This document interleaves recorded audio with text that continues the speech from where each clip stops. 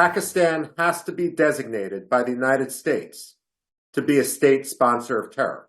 Pakistan started the conflict with its support for terrorism. Indians were the victim of terrorism. Asim Munir should understand that the first rule of hole digging is when you're in a hole, stop digging. We haven't designated Pakistan itself as a state sponsor of terror. We see Prime Minister Modi and others across the Indian political spectrum doing is rallying to the realization that all Indians are under threat. Well, I'm sorry, Mr. Munir. The fact of the matter is they live together successfully in India. Michael Rubin, thank you so much for talking to ANI. How do you assess the current tension, at this point that's happening between the two countries, India and Pakistan? Look, there is no moral equivalence between the two countries. Pakistan started the conflict with its support for terrorism. Indians were the victim of terrorism. While I was initially critical that Prime Minister Modi had taken so long to respond, in hindsight, it's clear that the Indian military was carefully planning, and the Indian military has shown itself to be far more capable. Pakistan is thrashing about, looking for a way to save face. But Asim Munir should understand that the first rule of hole digging is when you're in a hole, stop digging. As we look forward, while Pakistan is trying to perhaps ramp up tension in the hope that external diplomats while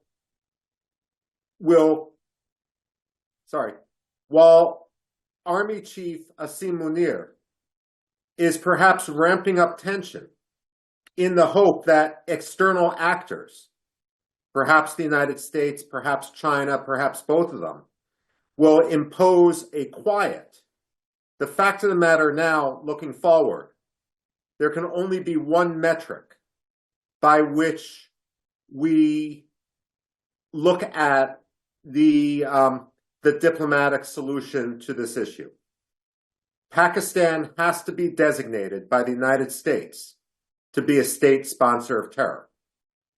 The fact that Pakistan, on one hand, sought plausible deniability for the actions of terrorists, but on the other hand is rallying to their defense, should be troubling to everyone in the world and eye-opening as well about the true nature of the Pakistani regime. Right. You did talk about, U.S. must go out there and designate Pakistan. Lashkar-e-Toiba is that wing that the U.S. has done in the past.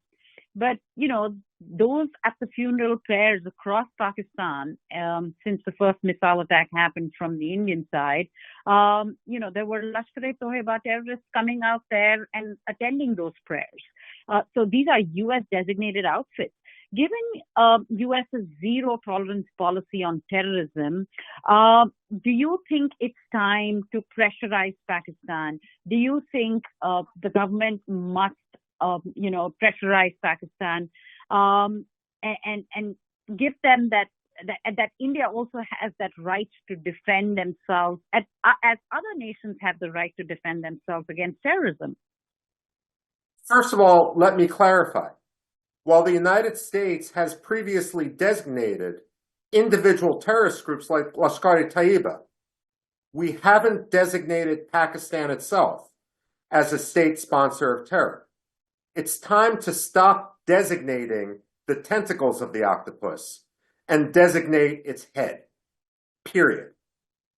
Now, beyond that, absolutely, the United States should side unequivocally with India. The job of any democratic leader is to protect its citizenry. And what we see Prime Minister Modi and others across the Indian political spectrum doing is rallying to the realization that all Indians are under threat. Before this started, Asim Munir gave away his goal. He argued that Hindus and Muslims should not be able to live together. Well, I'm sorry, Mr. Munir. The fact of the matter is they live together successfully in India. And the only reason that they no longer live successfully together in Pakistan is because Pakistan has systematically driven its minorities out of the country. Pakistan, where are your Sikhs? Pakistan, where are your Hindus? Pakistan, why are your Christians fleeing? The fact of the matter is, every time Pakistan fails inwardly, in terms of corruption, in terms of economy, in terms of society, its leadership turns its guns on its own minorities in order to distract the Pakistani people from the government's own failings. That is the playbook of a failed state. Fortunately, India has a different playbook, one in which all Indians thrive, and in which they openly discuss their issues and resolve them. Right. Now, we not only just saw terrorists coming out, and attending funeral prayers, but we also saw Pakistani army leadership leading funeral prayers of terrorists that were killed in the Indian missile strikes. What is your position on that? How do you see all of this? Well, let me put it this way. Everyone in Pakistan must understand that if you are a terrorist, you don't cease becoming a terrorist by wearing an army uniform. The army uniform is not a way. If you are a terrorist, you do not cease being a terrorist by wearing an army uniform. You cannot put on an army uniform and escape accountability. This is the message which not only India should send, but every other country in the civilized world. China too must understand that it is playing with fire. The problem with embracing Islamism is you can believe that you can set a wildfire and it will only burn your enemies. But every single time a country has tried the strategy, the winds have shifted and the primary victims have been citizens of that country themselves. This happened in Saudi Arabia. They suffered blowback. It happened in Libya. It happened in Syria. And we now see Bashar al-Assad, which once worked fist and glove with Islamic terrorists in order to export terrorism into Iraq. We saw that those same terrorists led to his downfall. Frankly, it's going to happen to Recep Tayyip Erdogan. Now, when the Pakistani military argues that they need billions of dollars because they suffer terrorism too, what they are not saying is that they themselves are the sponsors of that terrorism. You don't give an arsonist a can of gasoline. You don't give Pakistan another $1 billion at the IMF. It's the same thing. Right. Michael, what role does nuclear deterrence play in limiting how far this conflict might escalate? What is your opinion or your impression on that? Well, first of all, of course, the fact that both India and Pakistan are nuclear powers is a real worry. But unlike in 1999 with the Kargil War, now both India and Pakistan have a doctrine for the use of nuclear weapons. They have controls. They have a procedure. So unlike in 1999, there's no longer a fear that a single man could get angry, could be mentally unstable, could be like Asim Munir, and in order to save face, orders an attack. But behind the scenes, make no mistake, the reason why so many countries are going to be involved in trying to find a resolution is because of the fear of nuclear escalation. The danger here for India is this. If India self-deters, if they say the fear of escalation is reason not to engage, that itself would be a green light for Pakistan to continue terrorism. This is why I say that any negotiated solution, any stepping back from the brink in this case, has to involve Pakistan being designated a state sponsor of terror. Now, of course, Pakistani diplomats will take umbrage with this, but the answer to Pakistani diplomats should be the same answer that's given to every other country that has been designated a state sponsor of terror. For example, in the past, the government of Sudan. If you don't want to be a state sponsor of terror, stop sponsoring terrorism. It's that simple. Other countries have removed themselves from the list. Pakistan could too, but they need to engage in real reform. Right. Now, let's just look a little, into the domestic politics that is playing in these two countries. How are domestic politics in both countries, India and Pakistan, influencing the leadership decisions regarding this conflict?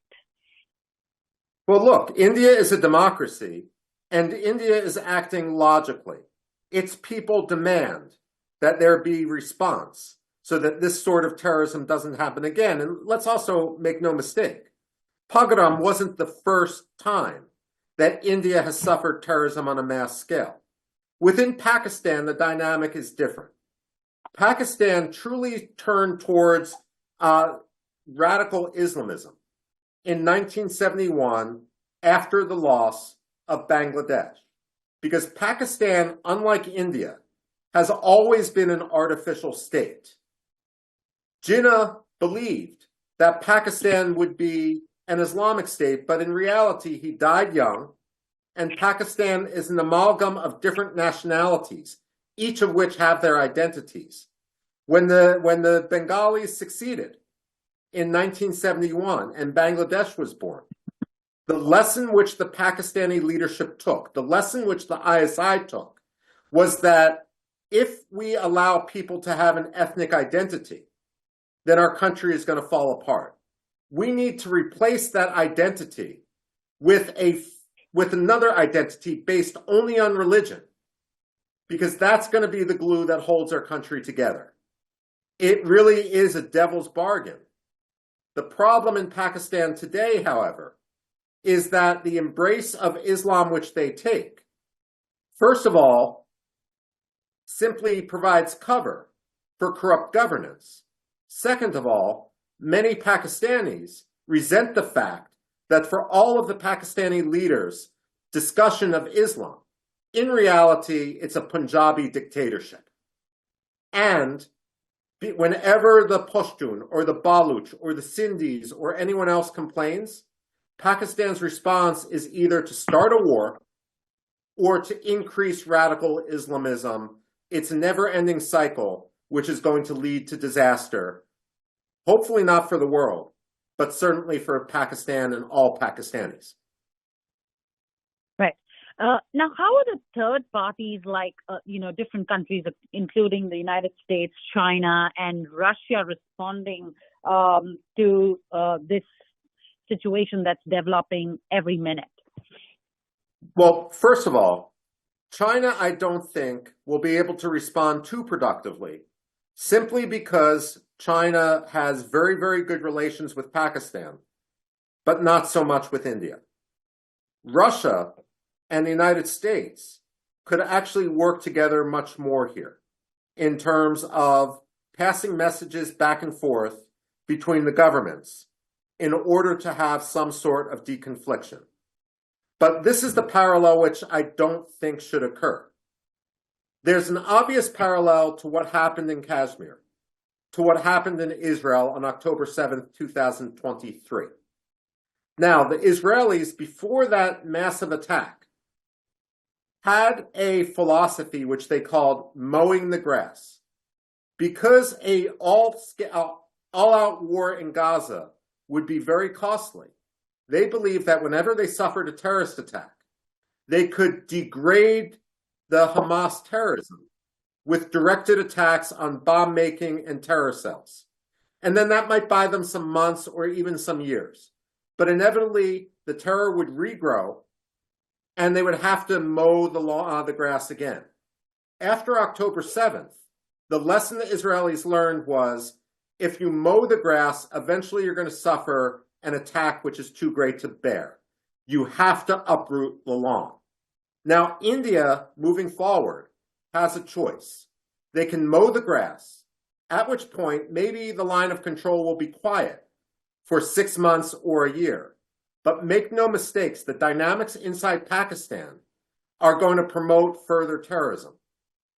This is the time, if we're going to save lives, if the United States and Russia are going to help the Indians save lives, that part of the ceasefire deal has to be no more terrorism, not in rhetoric, but in reality. And you know what? There's no moral equivalence here. India does not engage in terrorism as a tool of state policy, nor as any other tool. For Pakistan, it's not simply the tool of state policy. Increasingly, it's become the entire character of the state. Right. Michael, could you give us an assessment of the economic consequences of this prolonged tension, which could go on for probably, you never know, maybe days, weeks. What does it mean for both these countries?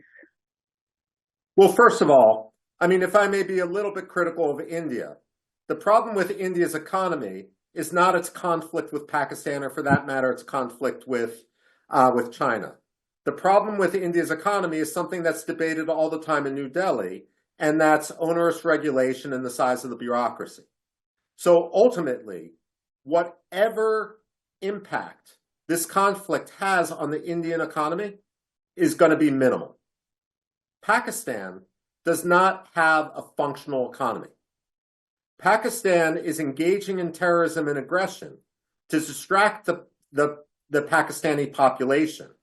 Now, one of the problems Pakistan faces is similar to what Egypt faces, and that is that if ordinary Pakistanis start asking too many questions about the economy and studying it and what the true problems are, one of the major sources of weakness in the Pakistani economy is the involvement of the Pakistani military in their own economy. Just like in Egypt, one of the major problems is that the Egyptian military distorts the Egyptian economy. The Pakistani military understands that if there's ever going to be reform in the Pakistani economy, they are going to lose out, which is why they're so dead set against reform. The question is, for how long are the Pakistani people willing to be useful idiots for the Pakistani military and not recognize that the real source of their misery is the corruption of the Pakistani military, and to a lesser extent, the fact that previous Pakistani governments sold out Pakistani sovereignty to China? What good has the China-Pakistan economic corridor brought to any Pakistani? Why is Pakistan more than $40 billion in debt? The fact of the matter is, Pakistan's own leaders get rich, and they may go to Beijing and toast, while the ordinary Pakistani civilians suffer. The ordinary Pakistani civilians have no one to blame but their leaders. And they should understand that when their leaders threaten to start a war with India, it's basically because Pakistan's own leaders are so corrupt that they don't want ordinary Pakistanis knowing what they have done. Right. What, according to you, are the most concerning military capabilities that could be deployed if the situation worsens? Well, of course, ballistic missiles and drones. But so far, India's defenses have shown themselves to be more than capable in this regard. What is also a concern is that other neighboring states would take advantage of this hot conflict. For example, if Pakistan realizes that it's not making inroads militarily against India, then Pakistan has an incentive to stop the violence. However, if China wants to activate Pakistan as its proxy and keep India on its toes, That itself would be very, very dangerous if China starts shipping weapons to Pakistan to continue this conflict, or conversely, starts aggression in Ladakh or in Arunachal Pradesh. Right. Now, you've monitored this region for years. How does the current tension, as compared to the previous escalations, what is your assessment on that front? Okay. The most obvious comparison would be to 1999. The good news is that unlike in 1999, both Pakistan and India are much more mature nuclear powers. And therefore, the opportunity of either country or any rogue major lieutenant colonel, colonel general to launch a nuclear weapon is far less than in 1999. The bad news is Pakistan's economy now is even worse than it was in 1999. And therefore, Pakistan has more to cover up and more incentive to try in desperation to distract the Pakistani people from the true state of the country in which they live.